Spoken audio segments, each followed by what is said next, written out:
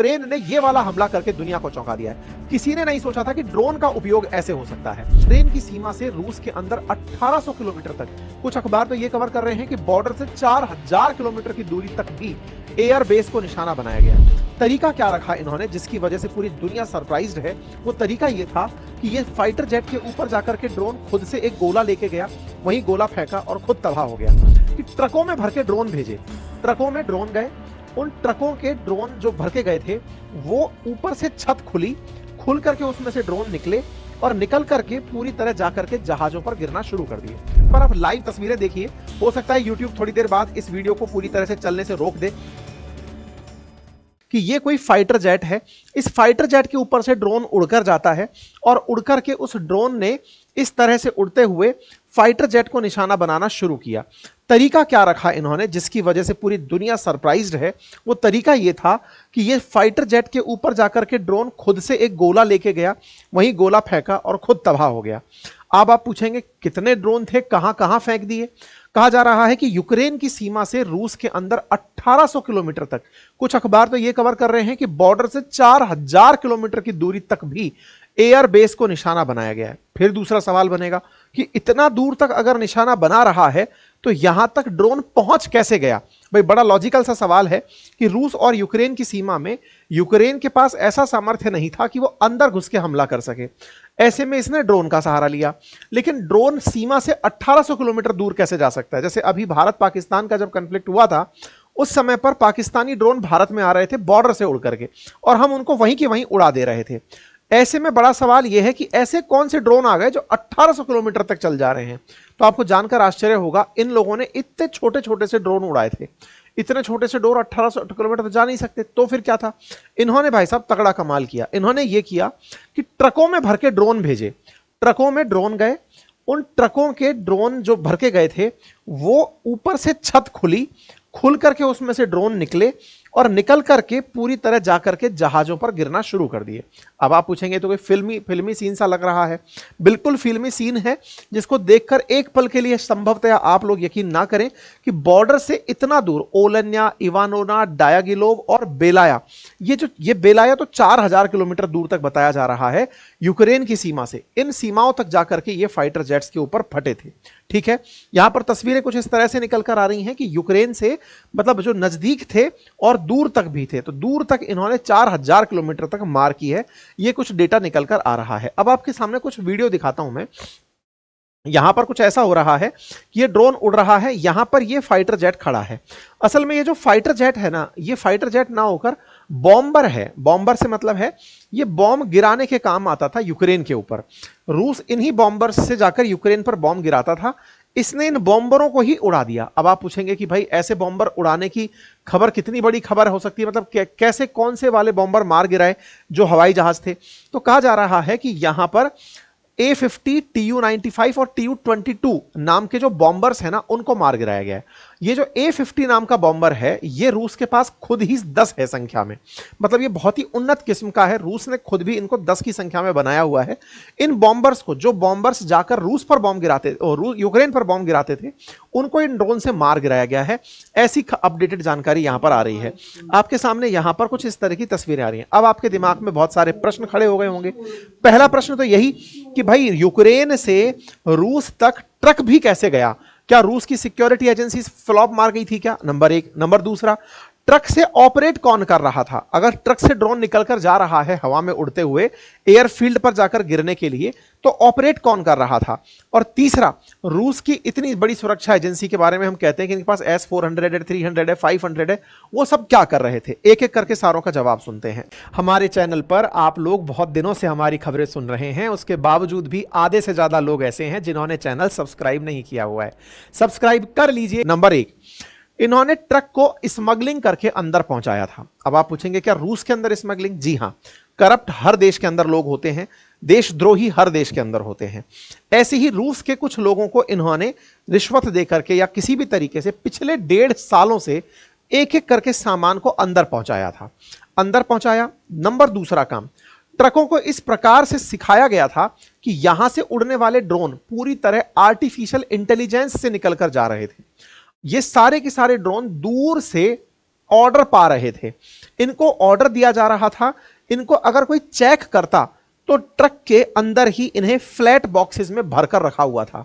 यानी ऊपर से देखकर आप अंदाजा यह नहीं लगा सकते कि अंदर से ड्रोन निकलकर आएगा, और वो ड्रोन अपने अंदर बारूद भरकर ले जा रहा था। तो स्मगलिंग करके अंदर तक ट्रकों को पहुंचाया, ट्रकों से ड्रोन निकल करके एआई टेक्नोलॉजी के माध्यम से, आर्टिफिशियल इंटेलिजेंस के माध्यम से जाकर के बेसिस को नुकसान पहुंचाई। तीसरा सबसे जो इंपॉर्टेंट पार्ट है वो ये कि उन ट्रकों का क्या हुआ। वो ट्रक आत्मघाती ट्रक थे। आत्मघाती से मतलब इनके ड्रोन निकले, उसके बाद खुद से खुद को आग लगा लिए और ट्रक वहीं की वहीं स्वाहा हो गए।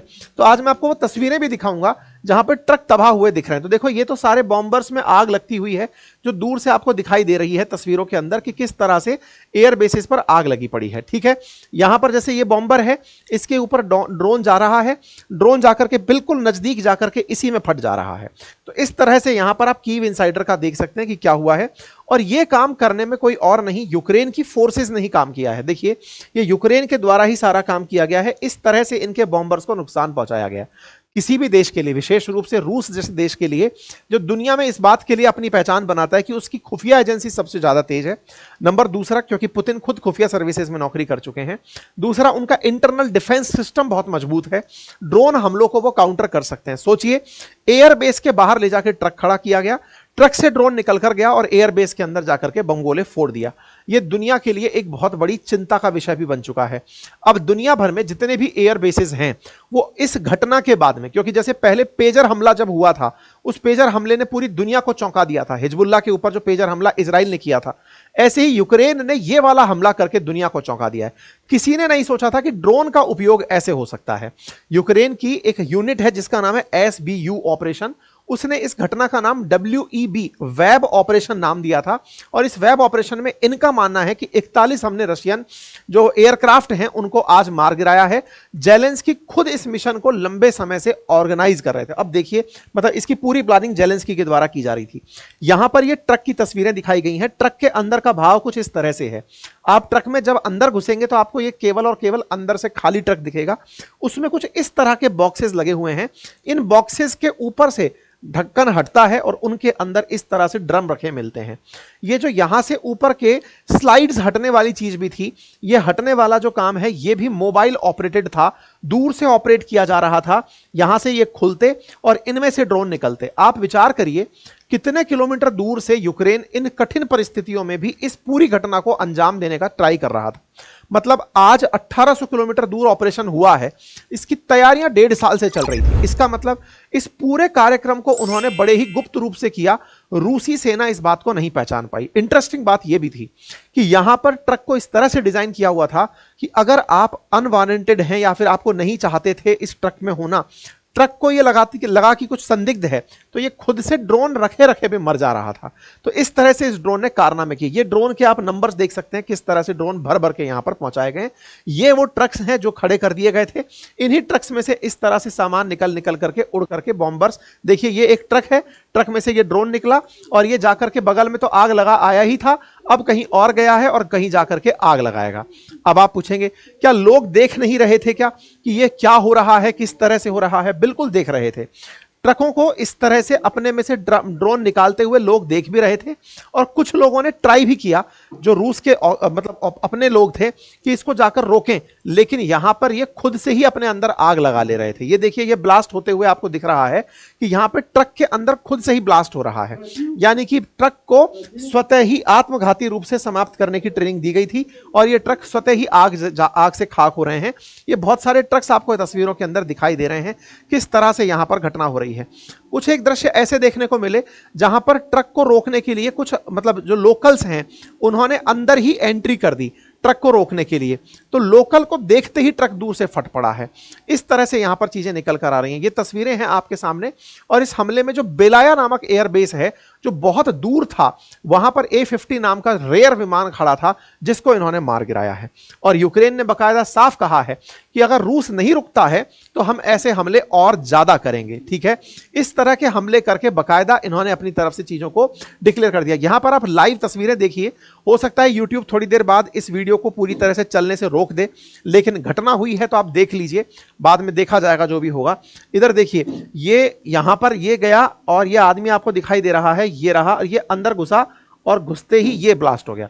ये देखिए, ये आदमी इस ड्रोन वाले कमरे में घुस रहा है, ट्रक में घुस रहा है और ये ब्लास्ट हो गया। ठीक है साहब, इस तरह से बढ़िया यहां पर आप देख सकते हैं कि कैसे बहुत बुद्धिमानी से इन लोगों ने दूर से ही ये सारा एआई ऑपरेटेड तरीके से काम किया था। इस ऑपरेशन का नाम वेब रखा था। अब सवाल है, उन्हें कैसे पता था कि ये सब चीज यहां पर मिलेंगी? तो यहां से ये जो चीज आप देख रहे हैं कि ये जो फ्लाइट यहां पर खड़ी हुई हैं, इनकी ट्रेनिंग बकायदा इन लोगों ने बहुत पहले ही सिमुलेशन के माध्यम से दी थी कि ये जो फाइटर जेट्स खड़े हैं या बॉम्बर्स खड़े हैं, यूक्रेन के अंदर इनकी ट्रेनिंग ऑलरेडी दिखा दिखाकर तस्वीरें उनके डमी बना बना करके दी थी, ताकि ड्रोन उसको पहचानने में कोई गलती ना करे कि किस बॉम्बर पर जाकर उसको गिरना है। इस तरह की चीजें यहां पर हुई हैं। ठीक है साहब, ये सारे विजुअल्स हैं, तस्वीरों में केवल और केवल विजुअल्स की बातें हैं। गिनती से लगे हुए बॉम्बर्स को इन्होंने एक साथ मिटा दिया है। तस्वीरें बार बार इसी बात को कह रही हैं। अब सवाल है, ये कारनामा करने वाला व्यक्ति कौन है? तो ये जो वेब नाम का ऑपरेशन दिया गया है, ये यूक्रेन का एक एसबीयू यूनिट है, उसके चीफ हैं वसील मौलिक नामक व्यक्ति के द्वारा इस काम को अंजाम दिया गया है। फिर यूक्रेन की तरफ से एक और तस्वीर आती है जिसमें मतलब रूस के अंदर एक ऐसा ब्रिज है जो कि जोड़ता है यूक्रेन के अंदर जो क्रीमिया वाला रीजन था जिसको कब्जा कर लिया था रूस ने, उसको कनेक्ट करने वाले ब्रिज को इन्होंने दिखाया है कि अगला टारगेट हमारा क्या है। हालांकि ये केवल फैकोलॉजी है, अब तो कुछ नहीं हो पाएगा ऐसा। इन्होंने जो करना था वो काम कर दिया। इससे परिणाम क्या निकला? रूस का बाजार इस समय बुरी तरह गिर गया है, ऐसी सुर्खियां इस समय निकल कर आ रही हैं। यूक्रेन के लोग मजे ले रहे हैं कि आपके पास इतने करोड़ों के हवाई जहाज थे, हमारे कुछ डॉलर्स के ड्रोन्स ने जाकर के उन्हें मिटा दिया है। इस तरह से इस समय मजाक चल रही है। लोग कह रहे हैं कि यूक्रेन का एयरक्राफ्ट कैरियर बना एक ट्रक जिसने पूरी तरह से एयरक्राफ्ट्स को मार गिराया है। ठीक है साहब, ये तस्वीरें हैं और इस तरह से सब लोग सब तरफ से चर्चाएं कर रहे हैं। तो अब बात आती है कि क्या यूक्रेन के समर्थन में ट्रंप थे क्या जब ये घटना हो रही थी? तो देखिए, लोगों का कहना है कि ट्रंप के बिना तो ये कैसे ही हो सकता था। ये बात तो सही है, लेकिन जेलेंस्की पिछले 1.5 साल से इसकी तैयारी कर रहे थे, तब ट्रंप नहीं थे, नंबर एक। नंबर दूसरा, अगर इस बात की कानो कान किसी को खबर लग जाती तो रूस इस काम को नहीं होने देता, अपने अंदर सघन जांच बिठा देता। इसलिए इसे टॉप सीक्रेट मिशन रखा गया। तो अमेरिका से इस बारे में पूछा गया, ट्रंप के एडमिनिस्ट्रेशन से पूछा गया कि क्या आपको इसकी जानकारी थी? उन्होंने साफ साफ इनकार कर दिया है, हमें इस घटना की जानकारी नहीं थी। वहीं यूक्रेन से पूछा जा रहा है, उन्होंने कहा था हमने बताया था। अब देखना होगा कि ट्रंप इस बात से इनकार करके यूक्रेन पर आगे आने वाले समय में जो कहर बरपने वाला है उससे अपने आप को दूर रख पाएंगे या नहीं, यह देखने का विषय होगा। फिलहाल के लिए शुरुआत में खबर ऐसे आई थी कि यूक्रेन ने नोटिफाई किया था ट्रंप एडमिनिस्ट्रेशन को, फिर बाद में खबर आती है ट्रंप एडमिनिस्ट्रेशन की तरफ से नहीं हमको कोई नोटिफाई नहीं किया गया था। ठीक है, इस बात के बाद में एक बहुत जबरदस्त लाइन ट्रेंड करती है और वो ये कि यूक्रेन ने अपने कार्ड्स दिखा दिए। कौन से कार्ड्स की बात हो रही है? असल में ट्रंप ने जब जेलेंस्की गए थे मिलने के लिए तो उनसे ये कहा था कि तुम्हारे पास कोई पत्ता नहीं है, सारे पत्ते हमारे पास हैं। ऐसे में जेलेंस्की ने अपने पत्ते दिखा दिए और बताया कि मैं इन जो फाइटर जेट्स हैं इनको खत्म करने जा रहा हूं। तो कुल मिलाकर के ये सारी कहानी है।